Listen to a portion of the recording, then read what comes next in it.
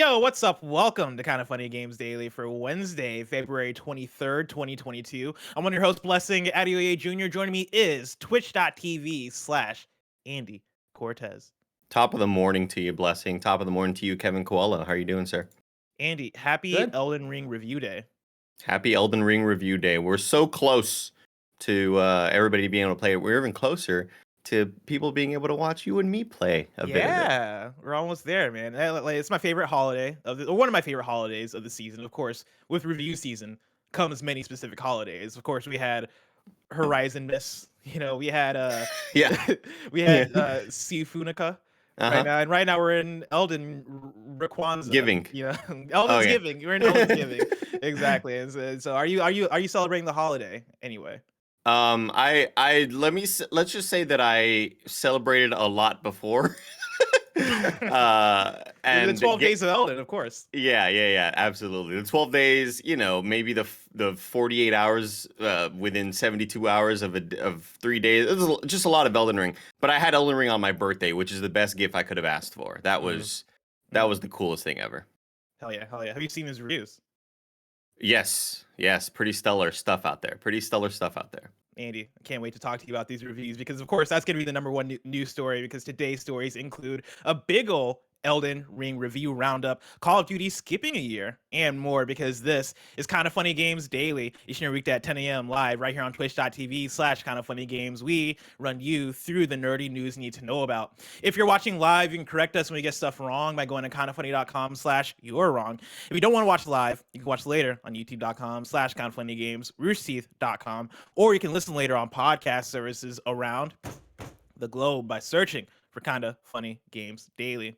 Remember, you can use Epic Creator Code Kinda Funny on all Epic Store and Epic in-game purchases like Rocket League and Fortnite to help support the channel. To be a part of the show, to patreon.com/Kinda Funny Games, or bronze members or above get to write in, and silver members or above get the show ad-free with the exclusive daily post show.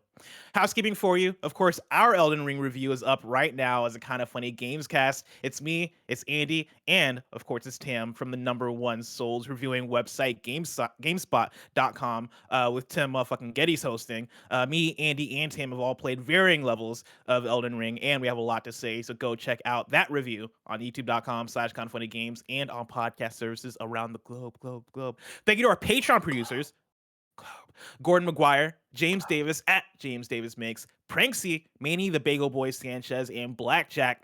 Today we're brought to you by Purple Mattress and DoorDash, but we'll tell you about that later. For now, let's begin with what is, and forever will be, the Roper Report. It's time for some news. We have 4 stories today. A baker's dozen. And Andy, I didn't want to waste time getting here because this is all. Why would you?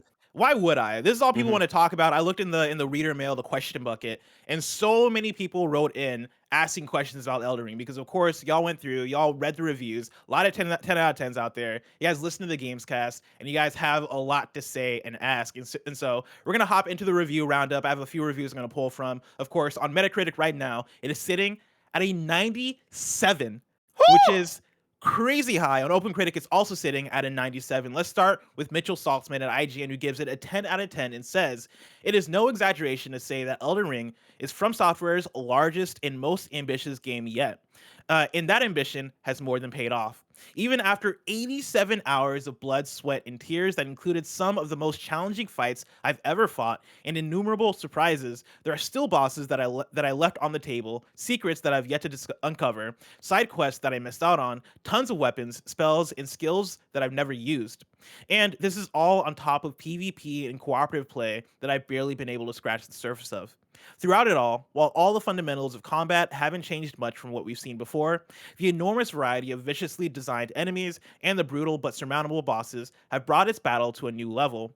Even with all the threads I didn't manage to tug on my first playthrough of what I'm sure will be several, what I was treated to, I can easily be what I was treated to can easily be held amongst the best open world games I've ever played. Like the Legend of Zelda Breath of the Wild before it, Elden Ring is one that we'll be looking back on as a game that moved a genre forward. To more at GameSpot, again, the number one Elden Ring website. TM gave it a 10 out of 10 and says, in a genre that has become wrought with bloated and over-designed games, Elden Ring is defiantly contrarian in almost every way. Its commitment to design by subtraction and to placing the responsibility of charting a path through its world entirely on the player makes it stand heads and shoulders above other open world titles.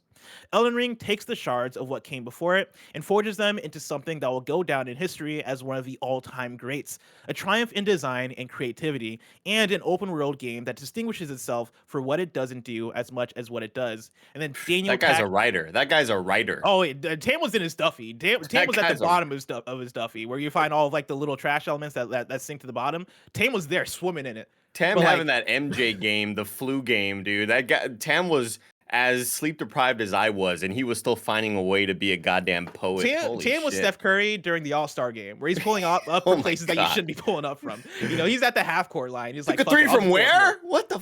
It's like, what? You just don't you do that? You just do that out of nowhere? You just Yeah. Apparently Tam is just like that. He's a Steph Curry of riding out here. Built different. And then Daniel Tack at Game Informer gave it a 10 out of 10 and says, Elden Ring challenged me, captivated me, and enchanted me. An unyielding deluge of discovery and artistic vision unbound. Elden Ring represents a truly amazing combination of various game elements that all come together to create something fascinating, special, and unforgettable. Elden Ring isn't just the best game this year. Elden Ring isn't just okay. Yeah, you said that. Elden Ring isn't just the best game this year. I had to reread it because I was like, isn't it February? You can already say that. But hey, Daniel Tack, confident out here. Yeah. It's one of the best games ever made. Andy, it seems like this Elden Ring game is all right. It's doing okay. Blessing. It's doing all right. Seems like a lot of people are pretty happy with the fact that we had a game that was so hyped up and it released and it delivered. And I think that's the biggest thing and most important thing to take note of is that, like many other overhyped games that could have come out, it could have been a meh game, could have been a 7 or an 8 out of 10. But From Software has kind of shown in the last decade that that's not what they do. They're not here to put out meh games. They're going to blow your mind with a lot of different moments and characters and game design decisions. And yeah, man, the game rules. I can't stop thinking about it. It's all I want to do. I want to quit my job. Yeah, no, I'm right there with you. Both in wanting to quit the job, but also in like thinking about Elden Ring, right? Like in our review that we recorded yesterday, it's up this morning. I think I had the most dissenting opinion on it, where you were immediate 5 out of 5, amazing. Tam, of course, gave it a 10 out of 10 on GameSpot and gave it a 5 out of 5 on our scale. I'm not far enough in Elden Ring where I feel comfortable enough to give it a concrete score yet. I'm still like swaying back and forth between a 4 and a 5, and that comes down to things that like it comes down to almost preferential stuff, but stuff that I think they could do better in the game design, not necessarily the world design, because I think the world design for me is the big takeaway of what is incredible about the game. But even for me being where I'm at with Elden Ring, which I'm saying all this being 25 hours in, which I know is a lot of time to put into a game already, I was expecting it to get the 10s that it's getting, right? Like, these don't surprise me playing what I played, because it truly is something special, right? Like the Mitchell Saltzman from IGN compared it to Breath of the Wild, and like it's a reference that comes up a lot, especially when you're talking about open world games and open world games that go for a specific thing. Elden Ring, I think the comparison becomes apt, just in the way that it is so hands off and free in terms of, hey, we're not going to guide you, we're not going to give you icons, we're not going to like give you like the open world quest structure that you're so used to from other big open world action RPGs or Ubisoft games or whatever. We're going to be so hands off that you put the icons in the map yourself, you discover shit yourself, you literally in the world, right? Not even the map. You look around and go, all right, what interests me? And you follow along that. And I think that is such a rare type of open world design. And I think it's something that really speaks to people that maybe get tired of the other kinds of open world games or are looking for something to get lost in as opposed to something to check off a list. And I want to point out that the idea of seeing an open world map that not only continues to expand, I'm at 63 hours in, and it is still being uncovered. There's still a gigantic portion of it that has not been kind of uncovered by the fog of war. It is really, really impressive and cool. And the idea of placing down your own markers, that's a feature that you can do, and a lot of games have that sort of feature in them. But it's something that I've never used really until this game. Like, I found myself wanting to do that. because I kind of, in a way, wanted to catalog my experience and made sure that I marked down something that, hey, I'm not going to get to that right now, but I want to come back to it. Let me put down a little icon, and maybe I'll put the skull icon because maybe it's a bad guy that I got my ass whooped and I know I'm not strong enough yet, but I'm going to come back to this dude whenever I'm powerful enough. So having those, I don't want people to think that like the game is making you do all of that work yourself. A lot of it is just, it's something that I didn't see myself ever wanting to do. And here I was charting my path through this gigantic lands between Yeah, I mean, with that's all of part of the these little fun, markers. It was so right? much fun. Like I think that's the thing that makes Elden Ring so cool is the fact that like it isn't it really is about charting your own experience, and it is that type of game where I think people are going to come out of it with their own stories to tell, where they go to their friend who's also playing Elden Ring and talk about how, yeah, I went this way, and they're like, oh, I went a completely different way. Like I think that happened when I first started playing, where I Yeah. got the code a few days after UTM and like that first wave, and I got to a castle that was a bit more south of the map. And I was making my way through it, and I got to the end of the castle and faced a boss that fucking destroyed me in 2 swipes. And I messaged you, Andy. I was like, dude, I just made it to the end of this castle, bro. This fucking boss is hard. And Andy's like, where are you? And I sent you a screenshot of my map, and you're like, bro, get out of there. Like, what are you doing there? But like that's the cool thing about it is the fact that like it let me go south, right? Whereas like other people might have went north, and even The- with that, right, there was a point where I went east, and like when I went east, I found an area where I was like, oh shit, this this is is way hell. different, and Yeah. also this is literally hell. Like this is I'm taking swipes at enemies, barely doing anything to their damage, and the fact that the game gives you the freedom to do that, I think, is something that I would like to see out of more open world games that like that want you to explore the world, that want you to experience the world as a world to get lost in and explore, as opposed to a world to like that a world where you find whatever the big tall structure is to uncover a big section of it. Yeah, you weren't level gated off. You weren't trying to explore down south, and an NPC said, "Nope, you've got to get the gem of Yeah. If you Jamunacry," and pass you were this like, structure, you'll get "Ah, a 5-star rating, and cops will come after you. exactly, exactly." So like, there's Oh none of those no, the moments gem of happening. You're not heading Jamunacry. to an area you shouldn't be, and there's a level 74 above their head, and you go, "Up, too high level for me. I'm not going to do this." Yeah, I mean, granted that they do that in a soft way, which I respect. Like the fact that I take a swipe at an enemy and I see a Oh, that's sliver what of I their mean, health go though. down, and yeah, I'm Yeah, like, like all right, I shouldn't be here. you have to see for yourself, and I think that's something that's really enjoyable. The amount of holy shit, what is going on moments are they just keep on happening. I keep on teleporting by accident to somewhere else, or not by accident, by design, because I'm the one choosing to go there, and suddenly I'm in this place that I couldn't have even fathomed existing in this world. I take an elevator down to some place or up to some place, and you just realize, like, god damn, this mountain isn't just that tall to look that tall. It isn't there for aesthetic purposes. It's because Yeah, I've been adventuring for fucking 7 stories through it. I saw some people in chat being like 63 hours. What the hell, Andy? Um, I got to the end game moment around 30-ish hours, around 35. And that was after a lot of exploring. And then I realized, oh, this is kind of the end of the game. I don't want to do this yet. I I and I I think want to most people are gonna explore play it. more. I think more people are gonna play it that way though. Like I think Yeah, when you I say hope 63 so. hours, I think that is a realistic like no, if you're wondering, you're gonna spend that much time in Elden Ring. Like I foresee myself before beating this game probably putting in 100 hours. Like I'm 25 hours in and I just beat the second big boss, and I And none don't of it's like felt like a chore to me. That's the thing. It's like yeah. I'm not doing this because I feel like I just got to go to this other section fucking It doesn't like feel artificially long. I've never felt, yeah, there's no like artificial bloat in here. I've wanted to do everything that I've done, and I want to see every square foot of this map because it is so impressive, and there are secrets all over the damn place. Andy, of course, like I said earlier, plenty of people wrote in to patreon.com/kindafunnygames with questions about Elden Ring, just like itzaMeBT did. itzaMeBT wrote in and says, with the overwhelming positive reviews for Elden Ring, my intrigue has skyrocketed this morning. However, as someone who does not enjoy the gameplay and grotesque nature of Soulsborne games, but is interested in games that push the industry forward, would you recommend it to someone like me? Should I pick this up? I would say watch other people play it. Watch some videos first. I had some people in my chat, the homie T Sweens, comment and say, yeah, something about, when I look at Bloodborne, that game is just like itzaMeBT says. that this game is gross. It's grotesque. It's ugly to look at. Like it's a terrifying place to be, and I don't want to be in this area. And I think Elden Ring, on its surface, of what they've shown so far, looks like a lovely magical place. And there are certainly areas, Blessing, that are forests and there's trees and There's it's a lot of beautiful stuff mystical. to look at. Yeah. There's a lot of beautiful. No, now granted, like even the horrible, gross-looking shit in this game is still beautiful to look at. It's got great art direction. Everything's really, really nice. But there are certainly plenty of areas in this game that'll make you go like, "Holy shit, this is hell. This is a hell place to be right now. Why am I here?" You know, like that thing is Yeah. that will always happen. You know.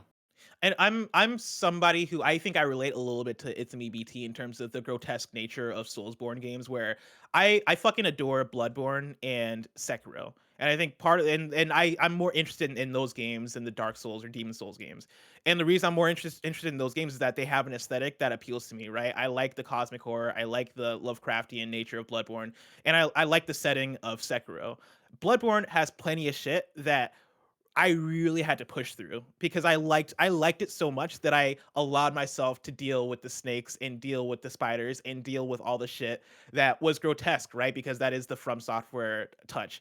Elden Ring has a lot of that same shit in terms of like, oh, there's shit in here that you're going to be horrified looking at. In fact, there's a castle for me that's like very northern of the map that I just happened across, and I was like, oh shit, there's a big castle here. Let me see what's inside it. And the first two enemies that I saw were for me some of the most horrifying things I've seen in a video game. And like I fought those things, was wincing the entire time, died, and I was like, I don't know how I'm gonna beat that castle. I don't know. I don't know how I'm gonna do it honestly, because like Elden Ring, I like the aesthetic, but it's also not Bloodborne or Sekiro for me, where I'm like, I'm gonna push through because I really gotta experience this thing. Part of me is like, maybe I'm just never gonna explore that castle because the type of horror that is in that castle. There was a Um, moment that I was telling Tam about where I experienced something similar to what you experienced, and I was like, well, this is really scary, but luckily I don't have to beat this game. I can move on. And I was like, no, I do have to play this. I do. Like, yeah. there are plenty of scary moments and like terrifying enemies, but it's the nature of your play style. It's the nature of combat. It's the nature of you having a sword and a shield or cool magical spells that makes me feel like Frodo going to, Mount Doom, Kevin. You know what I mean? Going to Mount Doom. Yep, Mount Doom. You know what I mean? Yeah. Sam Exactly. right there behind him, be like, "Oh, let me bear your weight." Yeah. And to it's a BT's point here about combat, right? Like combat is very much From Software Souls combat. Like I even saw somebody in chat hope that say that they hope the combat is more Sekiro than Souls. It is not. It is Souls combat, which, if I'm being completely honest, right? Like for me is the least interesting combat like system out of the From Software slate. Like I prefer Bloodborne, I prefer Sekiro. And like somebody in chat was like, Bless, you should check out Souls games. I have played quite a bit of Demon Souls, and I just gravitate toward the other ones because I think there's a little bit more character and uniqueness there. And so like if you're not a person that's into that Souls type of combat, you will not be into Elden Ring. Like in my review, in our review, like one of the things I mentioned in terms of like why I'm a little bit more dissenting on it, even though I think it's great, even though I think it's wonderful, right? Is the fact that it is still very From Software. It still has all the things that make those games great, but all the things that might turn you off from those games if you're not already into those types of games. And it does that in an open world setting. And for a lot of people, for many people, because you're seeing the 10 out of 10s, right? That is going to mean that this game is a masterpiece. For other people who might not have already liked Souls games, I don't see how this is going to be the one to change their mind. And I don't necessarily think it needs to, right? But I do think that there is a reality there. If you do not like the style and the grotesque nature of the Souls games, and you do not like the combat of the Souls games, either because they're punishing or you just don't like that they're slow or whatever it may be, it is still that. You are still going to get that experience here. Yeah, I still think that Daniel Dwyer said it best. And even Tam was mentioning is like, I don't think Souls games are necessarily the hardest games to play. I think that you start off being crappy at them because it's a style of combat you're not super familiar with. And obviously a lot of games have taken a lot of Soul style combat and brought it into their own IP. But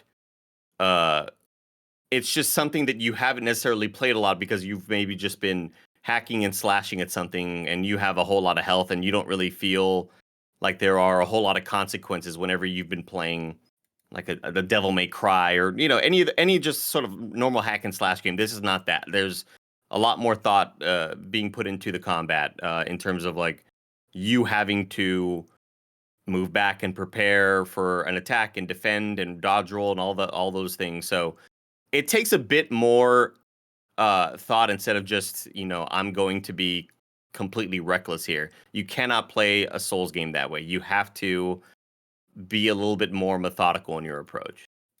I want to pull this question in from Mitch Krassin, who also wrote in patreon.com/kindafunnygames. Just like you can, and says, Elden Ring question. Gamescast crew and reviewers have been mentioning how amazing it is to find things and talk to their crew on what they found in the world. In order to preserve this, should average Sally gamer be more wary of spoilers than normal? I mean, here's the thing. I think to anybody, a lot of story elements will still largely be pretty easy to not understand. Yeah. Um, that's the Souls style. You have to kind of take the lore for what it is and try to take bits of context from it and come up with exactly what you think is happening. Even though I think we did a podcast last night with Alana, and I said, yeah, co-op this time easier to get into compared to other Souls games. The story this time easier to digest, I think, in compared to other Souls games. Everything's kind of like grading on that curve. When I posted a tweet about watch out for this trailer because there are things you may not want to be spoiled on, and some people were like, oh, I thought the trailer was great. For me, it was like, damn, I'm 63 hours in and this trailer is showing shit that I still haven't seen yet. And I wish I hadn't seen that one boss. I wish I hadn't seen this one location because these are all things that I didn't even know existed yet. And so some people may not care about things like that. And I normally wouldn't have, or else I would have been completely radio silent as much as possible. But I think that there are going to be a lot of big wow moments that you will want to save for yourself, because those will be kind of those gaming memories that will last a lifetime. This game Yeah. is full of them. My thing is, for me, and I think for a lot of people who might go into Elden Ring, it is the game is way less about the narrative and way more about just the experience of exploring and the gameplay. And the lore grants a lot of texture around it, and the lore is really cool, right? Like it does have that Miyazaki, like you're talking to characters and they say some shit and you're like, what the fuck does that even mean? What is a two curled finger? I have no idea what you're talking about.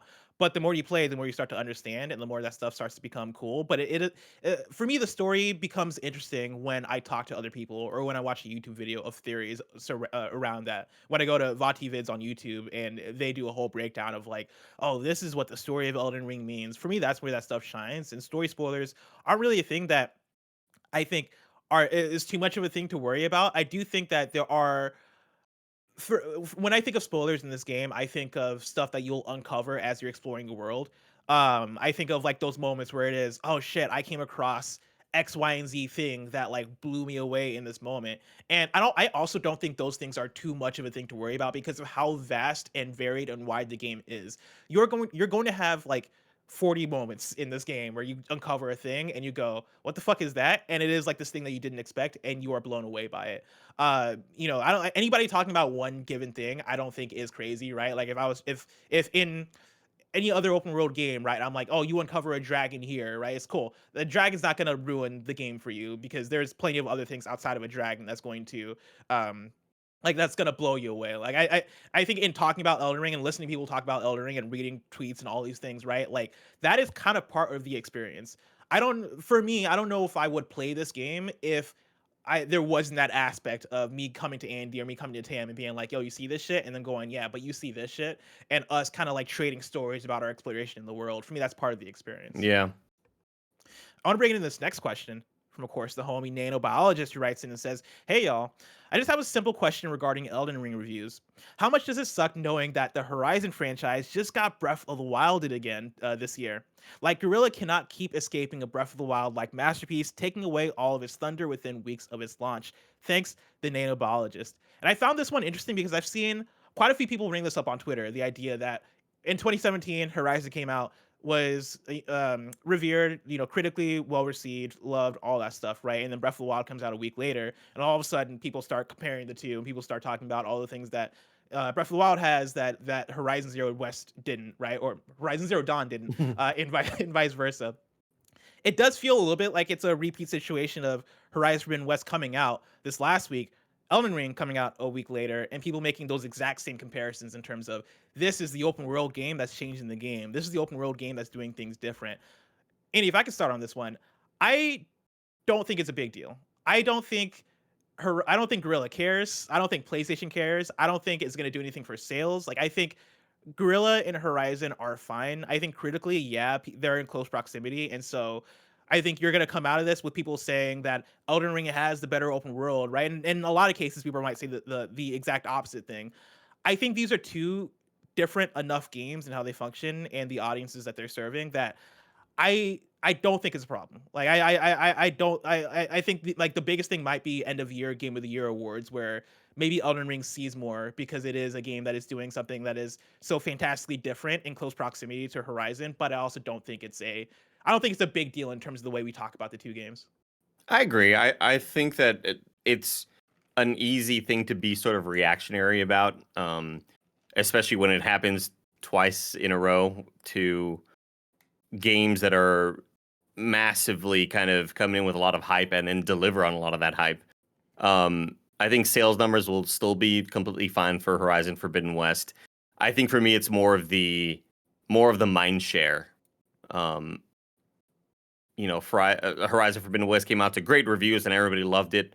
And immediately I feel like the Steam is sort of taken out of the sales in a way socially, but those are within our social windows. There are tons of people out there who may still be aware of who Aloy is and what Horizon Forbidden West is, but have no idea what the hell Elden Ring is. I mean, you saw the way in other words, there are a lot of gamers out there that are not in these circles, that are not on gaming Twitter, that still enjoy video games and still enjoy that open world experience. But similar to when I'm always reminded of the moment that Elden Ring won most anticipated game at the Game Awards, and everybody was like, "What the fuck is Elden Ring? Yeah. What the hell is this game people are talking about?" That happened a lot, and I feel like there's still a lot of people out there. And just like Gene Park from Washington Post put on Twitter, look, Horizon Forbidden West sold 20 million copies, and the Dark Souls trilogy has sold about that much for their whole trilogy. Like, they're gonna be fine. Don't worry, it's okay. Yeah, exactly. And I think you're seeing these games do different things in terms of the type of open world games they are. Like we talked a bit about this on the post show of the Gamescast yesterday. But there's the idea of, I know Tam played Elden Ring, and Elden Ring spoke so much to Tam because that is the type of open world game he's been waiting for, right? Like there's, I think, a lot of people who might be like very hardcore about the games they play, right? Like there might be a lot of fatigue in terms of the standard open world game design and like standard game design in general, right? Like I don't even need to limit it to open world games where it is I'm tired of the handholdy stuff. I'm tired of the icons. I'm tired of like the Ubisoft style. Go find a tower, uncover the map, and then go through and do a bunch of side quests that are all checklisted for you, right? I totally understand that. I also do think that there's a large market for people who do enjoy that. And I think I was in that place in 2017 when Breath of the Wild came out. I played Breath of the Wild and I was like, fuck, this is the best open world game I ever played. And I thought that would have ruined open world games for me. But then Ghost of Tsushima came out and I was like, no, I love this. It's not that open world games are broken. It's just that the open world games that I was playing, like it's just that I wasn't into Assassin's Creed really is the thing, right? I wasn't into Far Cry. But once I 1000%. found Ghost of Tsushima, I was like, oh shit, no, I'm really into this, right? Once I came back and beat Horizon Zero Dawn, I was like, no, I'm into this, right? Like it is about finding what speaks to you in that way. And sometimes those types of games might just not speak to you, whereas something like Elden Ring or something like Breath of the Wild might speak to you. And I think that's what I've come around on this time around, where I'm like, no, man, like for me, both Horizon and Elden Ring are both like fucking fantastic games that do very excellent things in their own right. I understand why people would compare them because there are things that I think you can take away in design ethos that is really interesting in the ways that they do things differently. But I also don't think that takes away from the conversation of how great Horizon is versus how great Elden Ring is versus how great the rest of the open world games that are coming out this year are going to be between Starfield, Breath of the Wild 2, and others. Even Dying Light 2, honestly, like is an open world game that I was surprised I got into. Yeah, That there's just going speaks to to be the versatility of open world games. 1000%. There will still be a lot of conversation about this at the end of the year. Like we're still going to be talking Yeah. about Horizon. I think if anything, maybe Nano's more pointing to. I know, like Gary Whitta was tweeting about this recently, but when a TV show comes out and all the episodes come out and you talk about it for a week and then it's on to the next thing.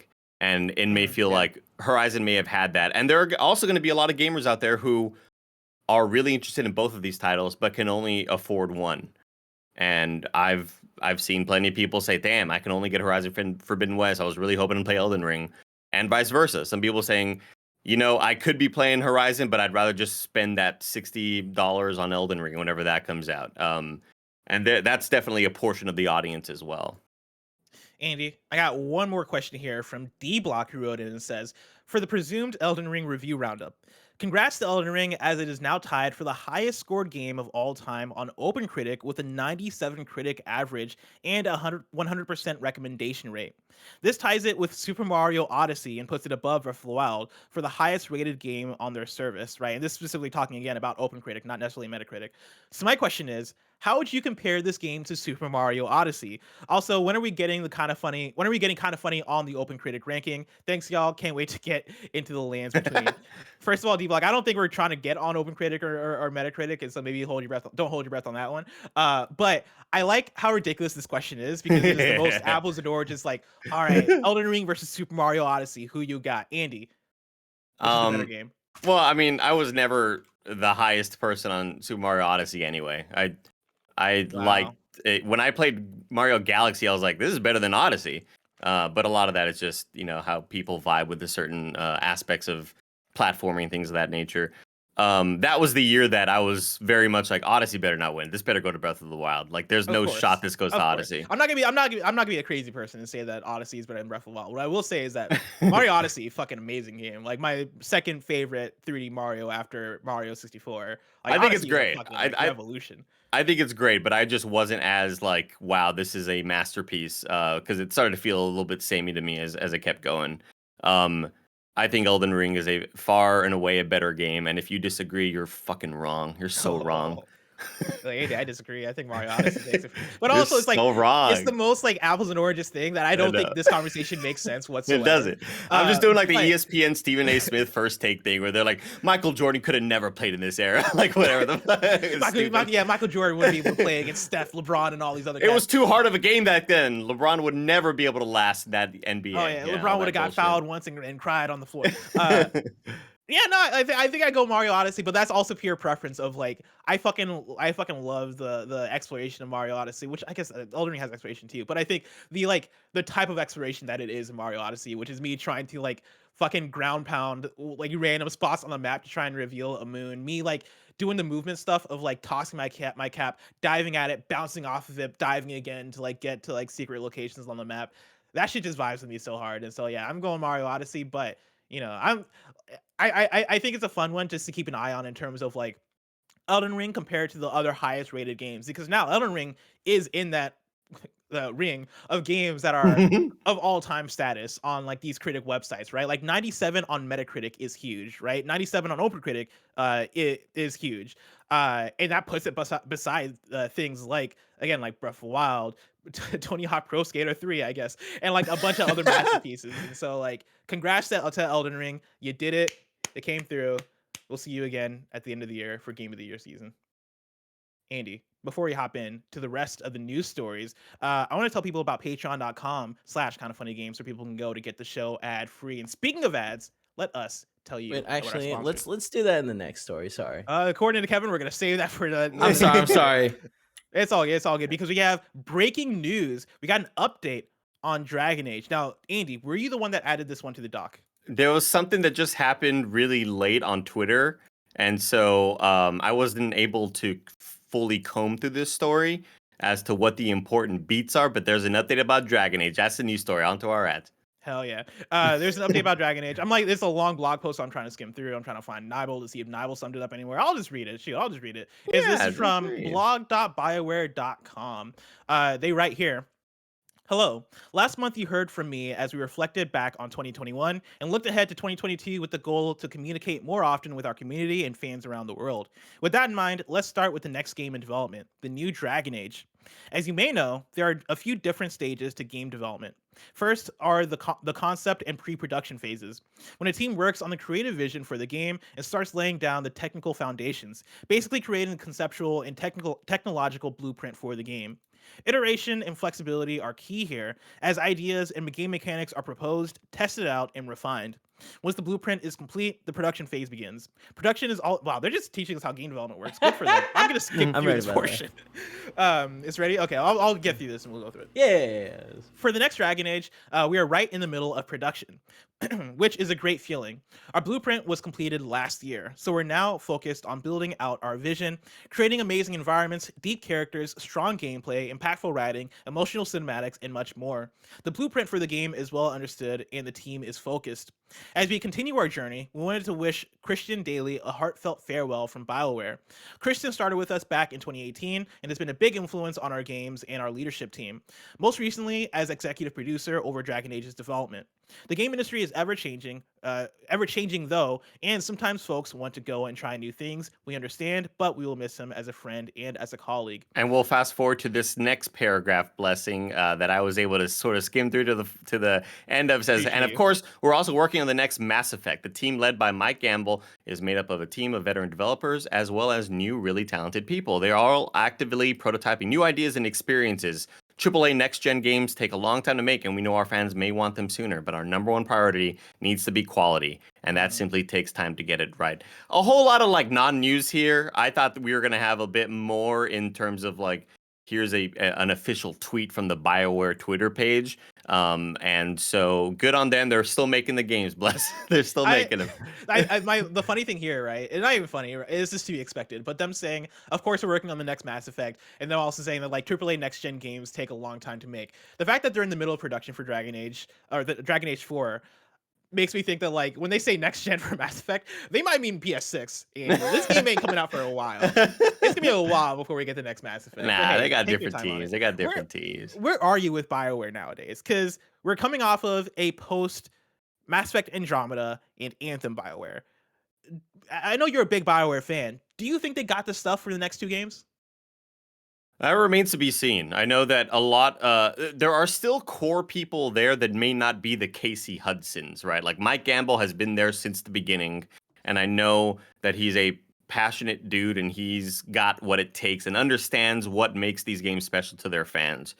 I th- I'm most excited that I think this is a different environment they are now working under. I got a DM from somebody at BioWare saying, "Hey, Greg mentioned in this story about Crunch that he was also worried about BioWare and how the working environment is here."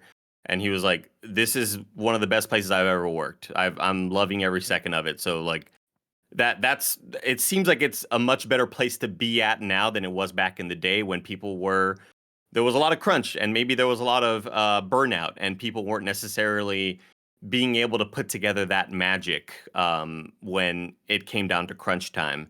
And I think they're just in a better place mentally, and I hope they can deliver this. I'm just I the thing that encourages me the most is seeing that they care really about this quality of the game. And sure, you can say that, you still got to do it. But the idea of them saying like, look, we're still working. We want these games to have great gameplay and meaningful experiences and awesome cinematics and emotional beats. All those things are kind of what made the Mass Effect and even Dragon Age games really special to me. And I think that they know and understand that. And I hope under this sort of new leadership, they can turn a new leaf. Yeah, I hope so too. I think my big worry about it is the fact that, like, Andy, what would you say was the last like masterpiece BioWare game? And maybe not even masterpiece, the last fantastic BioWare game. Oh, Inquisition, Dragon Age Inquisition. And that was 2013, which was like 9 years ago. And I think for me the question is it still the same team there 9 years later that can make games of that quality, right? Like are we asking too much of a studio that had their time a decade ago to now come back and try to live up to the greatness that they achieved a decade ago. And I feel like it's a high bar when you're talking about Dragon Age and Mass Effect and how beloved those franchises are. Like, I don't want to count them out, of course. Like, I want to believe in them. You're talking about Bioware, you're talking about a big studio that's under EA, right? So they have the resources and they're bringing in a lot of good leadership to help see them through this. But I wonder if we are at a place where it's like, hey man, that's a bygone era. Games are different now. The team is different now. Like we are asking too much of them to live up to making the great games of their past. I don't think that's necessarily out of the realm of possibility that maybe they don't have this stuff, but I think we still see new games being made and coming out every couple of months or so that are still continuing to blow our minds from new developers. I don't think it has to be the old guard working on something. I think it can be similar to when Force Awakens came out, and I really, really love Star Wars Force Awakens. And a lot of the sort of news around that was like the people making these movies were fans of these movies. Yeah, Like they grew up with that's a this good sort one. of stuff, right? And so I think a lot of people working there now may in some ways have passion for. I'm not here to kind of question what the people's levels of passion are for for these franchises. But I don't think that they necessarily need to have the core team intact. I think they just need to have a core team of good developers and good minds, and good passion for these next sort of properties that they're working on. Andy, do you know what I have good passion for? What's up, Les? Patreon.com/kind of funny games, where we're gonna try Holy again to shit. get you the show ad free, or we're gonna give you the ads. But you of course can go there to get the show ad free. And speaking of ads, let us tell you about our sponsors. I don't care how soft or firm your mattress topper is. I don't even care how heavy your blanket is. There's only one thing you need to get a good night's sleep, and that's a good mattress. Get the only thing you truly need for a great night's sleep, a Purple mattress. Only Purple mattresses have the Gel Flex Grid. It's a super stretchy, ultra squishy material that adapts and flexes around pressure points and doesn't retain heat. It's amazingly supportive and cushioning in all the right places, no matter how you sleep. How do I know so much about it? Well, of course, you've known for years Joey's used a Purple mattress. You know Tim uses the Purple pillow, and now the future class of video games, Blessing Adeoye Jr. is sleeping on a Purple mattress, and he tells me all the time it keeps him cool, comfortable, and gives him a great night's sleep. Getting a great night's sleep starts with having a great mattress. Get a Purple mattress. Go to purple.com/kindafunny and use the code kindafunny. For a limited time, you can get 10% off any order of $200 or more. That's purple.com/kindafunny, code kindafunny for 10% off your order of $200 or more. That's purple.com/kindafunny, promo code kindafunny. Terms apply. Your to-do list is absolutely bonkers between those meetings, errands, chores, and making sure you get some you time too. So make sure you get a little time to yourself with some help from DoorDash. DoorDash brings you what you want to eat right now, right to your door. Desperately craving late night snacks? Or have you forgot one key ingredient for dinner? Or maybe you just want to stock up for the week? Well, DoorDash has it all in one app. How do I know so much about DoorDash? Well, I'm Greg Miller and I use DoorDash way too much. If you were watching the Kinda Funny podcast when we were talking about a whole bunch of different stuff, Nick mentioned the ice cream place he really liked, and I said, where is there one around me? And I said, yes, there is, and I ordered from it and I had it on the post show. I was eating ice cream on the post show, giving you a review of the ice cream, all because of DoorDash. For a limited time, our listeners can get 25% off and zero delivery fees on their first order of $15 or more when you download the DoorDash app and enter the code KINDAFUNNY. That's 25% off, up to a $10 value, and zero delivery fees in your first order when you download the DoorDash app in the App Store and enter the code KINDAFUNNY. Don't forget that's code KINDAFUNNY for 25% off your first order with DoorDash. Subject to change. Terms apply. Andy, let's talk about what you just did just now. I was gonna say let's talk about story number 2, but like you just had a little small crisis there. Nah, you're crazy. You know what? Never mind. Nothing happened. Andy's definitely not covered in water right now. This Story poor bunch of number water. 2. Activision is delaying next year's Call of Duty. This is Jason Schreier at Bloomberg. Activision will delay a Call of Duty game that had been planned for next year, the first time the franchise will be without an annual mainline release in nearly 2 decades, according to people familiar with the plan. The company is pushing off the release after a recent entry in the series failed to meet expectations, leading some executives to believe that they're introducing new versions too rapidly, said the people who asked not to be identified because they weren't authorized to discuss deliberations. The decision was not related to Activision's agreement to sell itself to Microsoft for $69 billion, the people said. Activision is working on other projects to fill the gap next year. A Call of Duty game set to come out this fall will receive a steady stream of additional content, and there will be a new free-to-play online title next year, said the people. Treyarch, the Activision-owned studio working on the now delayed game, will also help with the free-to-play title, the people said. Quote, we have an exciting slate of premium and free-to-play Call of Duty experiences for this year, next year, and beyond, a spokesperson for Activision wrote in an emailed statement. They continue, we look forward to sharing more details when the time is right, end quote. The delay will have a massive effect on the video game industry. Every fall since 2005, Activision has put out a new premium entry in the lucrative shooting series. Call of Duty games regularly top yearly sales charts and have sold more than 400 million units since the series began in 2003. Last year's entry, Call of Duty Vanguard, failed to meet Activision's sales expectations, leading executives to suspect that it had been cannibalized by the previous year's game. A free-to-play version released in 2020, Call of Duty Warzone, remains a massive success and may have drawn players away from the premium entries. Activision remains autonomous, and Microsoft could decide to change these plans after the acquisition, which is expected to be finalized by the summer of 2023, pending approval from regulators. The shares declined as much as 1.4% in extended trading Tuesday on news of the delay. Call of Duty games are developed by a rotating stable of Activision's development studios. This year's entry, a new Modern Warfare game, will be made by Woodland Hills, California-based Infinity Ward. Bloomberg earlier reported that Activision executives were seriously considering skipping a year of Call of Duty. Andy, this is one that I think we've been kind of talking about for a minute now. Not necessarily the delay, this is news to us, but the fact that there's been kind of a oversaturation of Call of Duty now that we have Warzone out. And this news, Jason's right up here kind of hints towards that, right? The idea that Warzone comes out and now there's so many options for Call of Duty players to go that Vanguard comes out and kind of feels like it's just another one, right? DJ Khaled style, another one. Right. Does this delay surprise you? No Call of Duty next year. It does, because I usually just sort of take them to be the shotgun approach, just throw out as many titles out there as possible. And I think that Warzone certainly muddies the waters a bit and may kind of get people confused that may necessarily don't understand what the franchise has been about, where, well, you have Warzone, what's this new Vanguard thing? And Vanguard may seem like a sort of offshoot or maybe a side project of some sort. I'm not surprised by this at all, and it was also interesting to learn that this wasn't Xbox's call. This wasn't Microsoft calling this. This was kind of early in talks to happening for a while at this point. So I'm surprised that it is happening, and I'm really happy that it's happening. I hope we get that sort of leap in quality, and not a leap in quality, but leap in,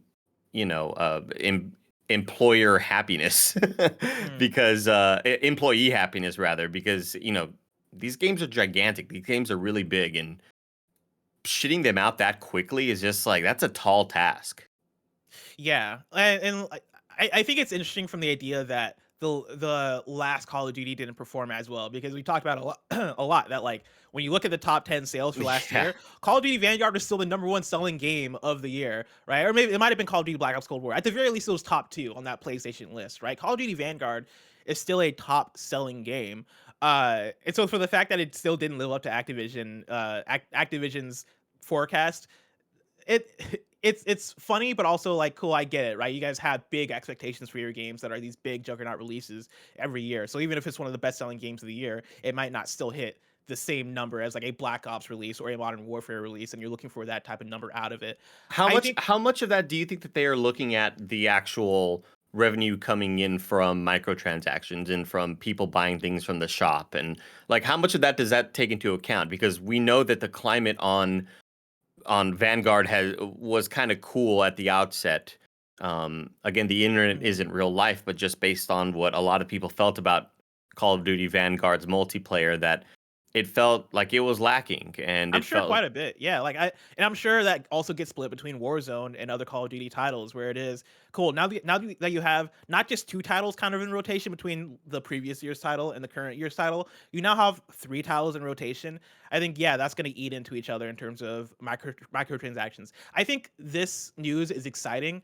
This is what I say we want from Call of Duty, right? The idea of them taking off a year and that lending to more quality in the game, and you bring up like the environment for the employees, right? Like, that's theoretically, hopefully, fingers crossed, going to lead to less crunch, and it's it's going to lead to a better working environment. But then also, yeah, it's going to lead to better quality in the games, in games that we don't necessarily need to be yearly. You know, like I know the Call of Duty fan base loves Call of Duty, right? And like what and wants that new Call of Duty to chew on. But I also don't think that I also don't think there's many people out there that are going to miss the Call of Duty next year and go, oh, where is it? Right? Like, well, I need something to play. It's like, no, you have Modern Warfare 2 probably is going to come out this fall. Yeah. And you're going to have the updates for that are going to keep that exciting, along with the updates for Warzone.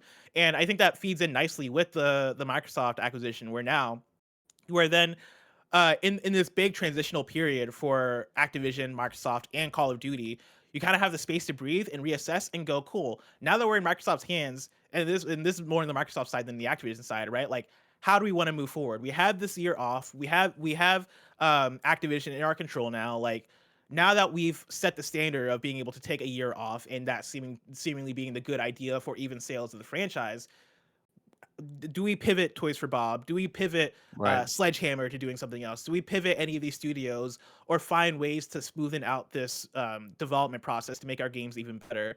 I think it's an exciting. I'm curious to see like what that means for Modern Warfare 2 and like what that looks like post update. I think a lot of good things come out of this, but I do come with that little bit of surprise, that being surprised of the fact that it's been so many years that Call of Duty has been annual, that the idea of not getting a premium one next year is a bit like, oh shit, all right, like let's see what this is. It's really interesting to me because I think just in the way that these game development cycles happen, when I first saw this story at a glance, I just sort of like looked at Twitter and I noticed like no new Call of Duty next year.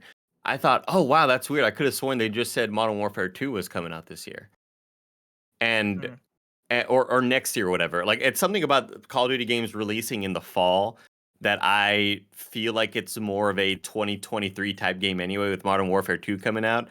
And it's like, oh, they're talking about the game coming out not this coming fall, but the next fall. Like it's these games come out way too often. Like for me to be confused about that, somebody who's in the industry, like I think that and somebody who plays Call of Duty too, pump the brakes. Like, yeah, like for real. Like we're getting at that point where, especially after seeing Vanguard come out and a lot of people have their issues with it, this is like the best case scenario for the franchise. I don't think people are necessarily dying to play that new Call of Duty experience, especially when they're going to have Modern Warfare 2, and it's probably going to be a return to form in terms of the aesthetic and the setting. If you're a Modern Warfare 2 getting delayed, I could see a lot of issues with that. People saying like, we're going to be in World War II for this fucking long. Are you kidding me? Like that. I think that Modern Warfare 2 having longer legs and lasting a bit longer is the absolute right call. But yeah, the thing that confuses me the most, Bless, is when it's such a small section of it, but when I think of the esports landscape and Call of Duty League, it's still so weird to me that competitive Valorant plays Valorant. Competitive Counter-Strike plays Counter-Strike. Competitive Overwatch plays Overwatch. League of Legends, they play League of Legends. Every year, competitive Call of Duty, they play that year's Call of Duty. And that's so fucking crazy to me. Like, I can't imagine, all right, new year, new maps, new guns, go get used to it. Like, that's such a weird concept to me. And this is like a totally different discussion, and most people don't care about competitive esports, but in this audience, I feel. But god dang, it's so bizarre to me that you play one Call of Duty and it's like, all right, on to the next one. Yeah. It's so bizarre to me. Different developers, right? Like different filling games, and you kind of have to just be on it with whatever the next iteration is. Kevin, real quick, between news stories, do I sound all right? I saw Twitch chat was like freaking out for a second. You sound great. Okay, cool. Then let's continue with our next news story. Story number 3. Nier Automata is becoming an anime. This is Ryan Leston at IGN. The hit action RPG Nier Automata is being made into an anime. Announced today by developer Square Enix during the game's 5th anniversary livestream, the adaptation will see the Japanese video game becoming a TV anime series. A brief teaser trailer gives us a glimpse of the animation style. Along with the trailer, Square Enix also revealed an image of 2B along with her pod companion robot. According to a translated official statement, the story sounds as though it hews close to the original game. Humans have fled to the moon in the face of the overwhelming force of machine life forms, and combat android 2B has been sent to recapture the planet. Aniplex, the studio responsible for Full Metal Alchemist and Sword Art Online, is said to be involved in the production of the Nier Automata anime. Andy, I fucking love Nier Automata, right? One of my favorite, probably one of my favorite stories in video games. Definitely one of my favorite video game experiences. I'm looking forward to this anime. I have a lot of questions on like how it's gonna tackle a lot of the shit in the game because I feel like Nier Automata, for what you get out of that game, so much of it is inherent to it being a video game and you doing like the getting the different endings and replaying it from the perspective of different characters. I'm curious to see how they capture it, if they are going to stick fully to the 2B 9S story of Nier Automata. I got a lot of questions about this. Regardless, I'm excited for it. I'm gonna watch it. I'm gonna probably enjoy it. That's where I'm at with it. Yeah, it's going to be awesome to see that game in a different medium. I've always loved the art style.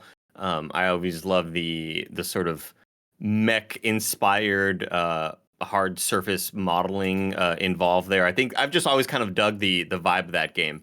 And yeah, I totally agree with you. I feel like this is not to keep on bringing up our Bloodborne podcast, but I had brought up on that show earlier last year.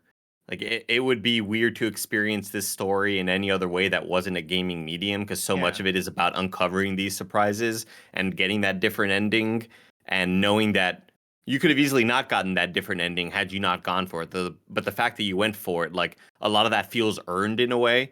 And so much of the satisfaction you get is the fact that you did it on your own, and kind of bringing this to just a visual medium seems interesting, but it's gonna be cool either way. I'm stoked to just see that sort of world brought to life on that medium.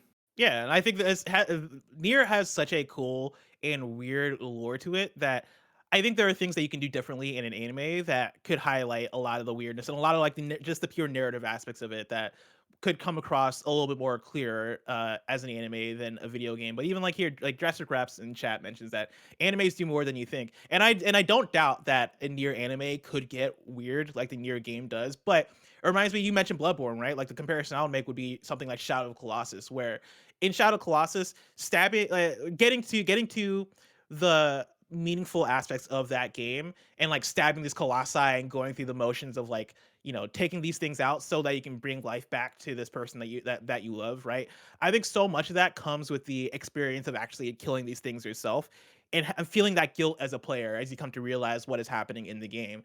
I think Nier Automata has some similar aspects to it that kind of require it to be a game, but I don't think it's impossible, right? Like I think it's more of a, how do we translate it, right? How do we convey the same things in an anime, which I'm curious to see. And that's why they're and pros and we're not. So exactly. I'll let them do it. And these guys made Full Metal Alchemist, which I know Bear Courtney fucking loves and the world loves, and I've been wanting to watch forever. So I got trust in these guys. You know, why not? Yeah. Knock it out the park. Bless. What's up, Kevin? It's pretty cool. You should watch Full it. Metal? Yeah. That's what I hear, man. That's It's what I pretty hear. rad. It's pretty rad, bro. I got a list of shows though, you know, like I gotta go back. I gotta finish season 2 of Demon Slayer. I gotta watch Mob Psycho. I gotta, what else is on? I had like one more. Oh, I gotta finish Hunter x Hunter. I'm like halfway through Hunter x Hunter, and Hunter x Hunter, let me tell you, that show just keeps going. That show does not end. There's like a billion arcs in that thing. It feels like. Doesn't it abruptly end? Yeah, that's the other thing too. Is that like I think they're still waiting on whatever the next season is. I don't think it's coming. It's been on a long hiatus. No, I think it's done. Aether Metal in chat says, "Bless, watch JoJo." That's also on the list. I've been wanting to watch JoJo because like that show looks weird. You're not gonna watch any of them. Let's be honest. JoJo seems like it's gonna be a bizarre adventure, Andy. So I kind of want to watch. I kind of want to watch. Mike liked it. Mike liked it, right? He was saying it was cool. Yeah, I think he dug it. Yeah, I hear a lot of people love JoJo. The only reference point I have for JoJo is like the guy leaning back, pointing, and then a ghost creature kind of coming out behind him and doing some cool shit. I see a lot of TikToks that reference that. Seems pretty dope. Anyway, let's round out the Roper Report with our last news story. Story number 4, Iron Galaxy Studios is opening a new office. This is Jeffrey Rousseau at gamesindustry.biz. Today, game developer Iron Galaxy Studios has announced that it will expand with a new office in Nashville, Tennessee. The new location will serve as the company's third branch as it joins its Orlando, Florida, and Chicago, Illinois establishments. The game developer also said that it intends to invest $950,000 in the creation of the Nashville expansion. Founded in 2008, Iron Galaxy has developed titles such as Killer Instinct, Extinction, and Racketeer. The company is also the second largest independent game developer within the U.S. Quote, through a focus on our people and DEIA, we are proud that we have successfully enhanced our diversity figures and are looking forward to capitalizing on the amazing talent pool of technology professionals available in Nashville, as well as supporting the local community, said Iron Galaxy Studios co-CEO Chelsea Blasco. Go get him, Iron Galaxy. I'm still excited for Rumbleverse. Yeah, that game got delayed out of February. I got very sad, but whenever it comes out, I do want to try it out because that game looks real fun. Yeah, I mean, I know that our homie Sancho West is really digging it and always looks forward to getting into those betas. So I definitely want to give it a shot. I saw him reply to Tim Geddes talking about you've heard of Tim Geddes, right? I've heard his name. Yeah, Tim Geddes tweeted about Sifu and how he platinumed it. So shout out to Tim for that. And then Sancho was like, dude, you would love Rumbleverse. It has that sort of, rock paper scissors aspect of fighting to it. So that sounds like a cool concept. I definitely want to give it a shot. At first it was like, I don't really know what's going on in this kind of battle royale, wrestling battle royale. That sounds kind of weird, gimmicky, but apparently it's a lot deeper than what it seems. Hell yeah. Well, Andy, I'm very excited about Rumbleverse, but the release of Rumbleverse is so far away. If I want to know what's coming out to mom and grab shops today, where would I look? The official list of upcoming software across each and every platform as listed by the Kinda Funny Games Daily Show hosts each and every weekday. Yeah. Out today, we got Dr. Oil for Xbox One, Edge of Eternity for Switch, Sam and Max, this time it's virtual for PSVR, for the Warp for Switch, Final Fantasy VI for PC, and then Blade and Sword for PC. One new date for you, Dragon Ball FighterZ is coming to PC Game Pass on February 24th. We got a deal of the day. PS Plus games from March have been revealed, and it is a banger of a month, everybody. You got Ark Survival Evolved, Ghost Runner, Ghost of Tsushima Legends, and Team Sonic Racing. And then on top of that, halfway through the month, you're going to get GTA Online. Again, banger month. I definitely recommend pretty much all these games. I never played Ark, but of course, like, it's a popular game, so why not? But Ghost Runner, I know Andy loves, and I really enjoyed. Ghost Tsushima Legends, fucking banger. And then Team Sonic Racing, I fucking loved it. Because I love Sonic, but I also love racing. And so you like both those things, let me tell you. Great combination. It's a great combination. Oh man, we had a good reader mail, but we don't have I love Ghosts and Running, so Ghost Runner, great combination. Exactly. We have like a reader mail and we have a squad up, but like both of them are bangers, but we don't only have time for neither. And so I'm gonna do one. I'm gonna do the reader mail from Queso Gatami. Of course, you can write in patreon.com/kindafunnygames, all that good stuff. Queso wrote in to say, "Hi team. Last week I mentioned in chat that I invented a whiskey and cider cocktail, and Blessing said it sounded good, so I wanted to make sure he saw the recipe. I guess to make this a question, will Bless try this and let everyone know what a bomb mixologist I am?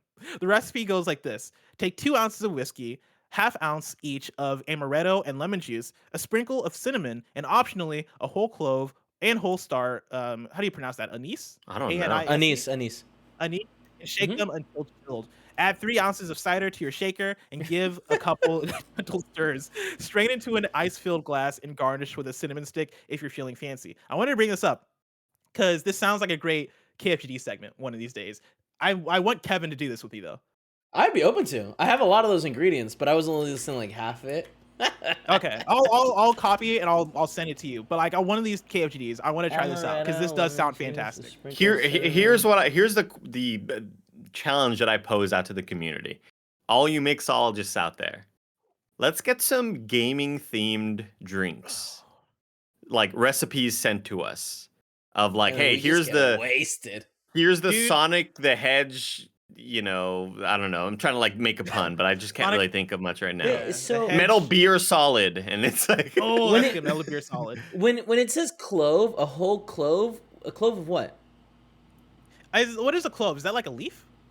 That's what I'm. No, it's like a little chunk of garlic, right? A little clove of garlic. But that's like that can't be like he can't be like, hey, put a little throw piece a whole of garlic fucking in thing in there.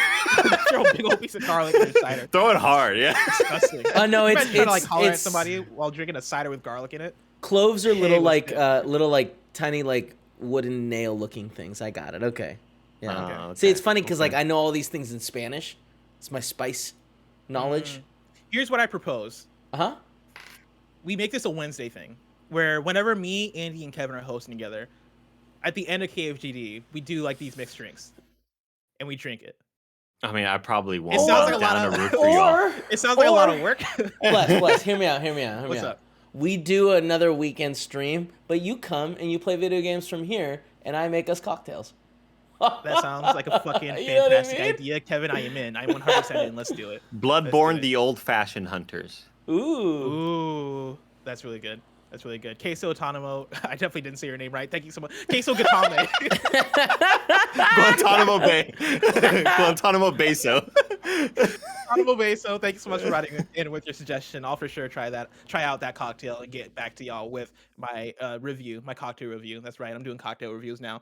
Now it's time for kindafunny.com/you'rewrong. Rewriting. Oh, Dansky, Gin and Sonic. Fuck. Oh shit! That's Gin and really Sonic. good. Fantastic. Ooh, some you were blue making this curacao. Oh! So it's a blue drink, you know? Woo, a little drink. You get a Red Lobster, Kevin. Oh my god, I love those. Oh, Red Dead Lobster. Looking through, you're wrong. Let's see here. I didn't know we were doing puns on family restaurants. It's not a you're wrong. You're not. None of these are you're wrong. So we're good. Andy, me Wow. and you had a perfect game. Great A show. lot of clarification here. A lot of additional information, but none of these are us being technically wrong. So we killed it. Great Again, show. that's what happens. We got me, Andy, and Kevin on the mics. Just You know, killing it. just killing it. it. Of course, today's Wednesday. Means tomorrow's Thursday, and your hosts for tomorrow are Tim and Lucy. I believe that's Lucy James from GameSpot. Could it be Lucy O'Brien from IGN? Maybe. I don't know. It's just the first name. Could be a different Lucy. You know, think maybe my we should mom? put last names in here. Just a suggestion. You know, just a suggestion. Pokemon Black and White Russian. Ooh, that's good. That's really good. If you're watching this live on Twitch right now, after this is Mike and Barrett playing some God of War. If you want to catch that stream later, what is it, Barrett? Or not Barrett, sorry, Kevin. Fortnite. Ooh, with who? Nick, Raj, Joey. Ooh.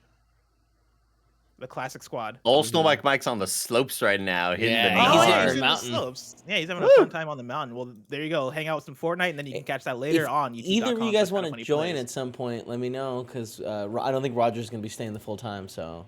Kevin, I would, but I got this game called Elden Ring. Yeah. I'll tell you, this is a You know long what I game. mean? Like, it'll be there. It'll be there. Beer Take a little Automata. That's a break. good one right there. Beef on. Beer What's the Automata. Elden Ring drink? I don't know. Elden drink? I'm not good at this. I'm not good Oh, at this. elderflower drink. Something with elderflower, right? Elden Elderflower? Flower? Elden flower. Okay. Elden drink. Boom, done. Just Elden ale. elderflower and tequila. All right, I dig it. Remember, this has been Kinda Funny Games Daily. Each and every weekday live right here on twitch.tv/KindaFunnyGames. We run you through the nerdy news you need to know about. We have a Patreon post show for those that are subbed at the silver level of patreon.com/KindaFunnyGames. So stick around for that. Otherwise, until next time, game daily.